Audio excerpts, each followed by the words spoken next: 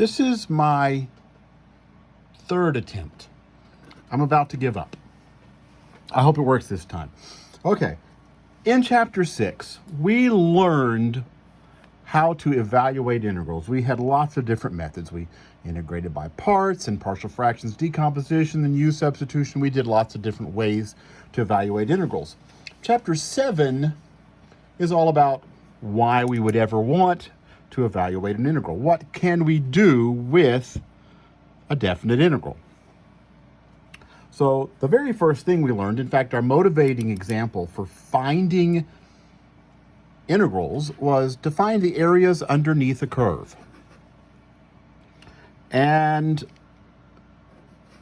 it's set up perfectly. There's not a lot we do. We know exactly how to find the area under a curve. We approximated it with rectangles. Let me draw a typical rectangle in this region. Looks like that. There's a typical rectangle. And a typical rectangle has height somewhere in here. It's some function value. And the width here was delta x, which we know is the same as dx.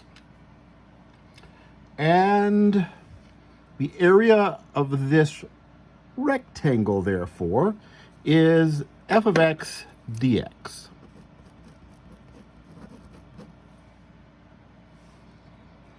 And if we add up all the rectangles from 0 all the way out to 3, notice we're finding the area under that curve from 0 to 3.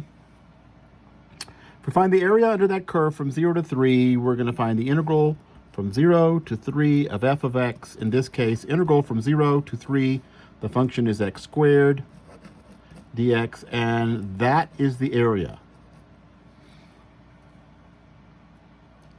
In chapter 7, I'm not always going to find the value of that integral. You know how to do that. We all know how to do that now, supposedly. That's a very easy integral. You could all find that answer. In fact, on the test on this stuff, I will probably just say, leave it like that, and don't worry about finding the value. We could always use a computer program to find that value if we really, really needed it. So let's switch it up a little. What if I wanted to find not the area completely under a curve, but the area between two curves? In this case, I'm finding the area between the curves y equals x squared and y equals 2x plus 5 over the interval from 0 to 3. And I want to find the area. I've graphed it for you. You should always graph the region first. Here's the curve y equals x squared. It's that parabola. Here's the graph y equals 2x plus 5. It's just a line. And I'm going from 0 to 3. Well, what does a typical rectangle in that region look like? Here's one. Ooh, it doesn't go all the way down to the bottom. I would know exactly what to do if it went all the way to the bottom, as in the previous example, but this doesn't.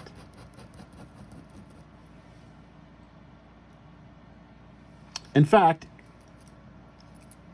if I just integrated under the line all the way from 0 to 3,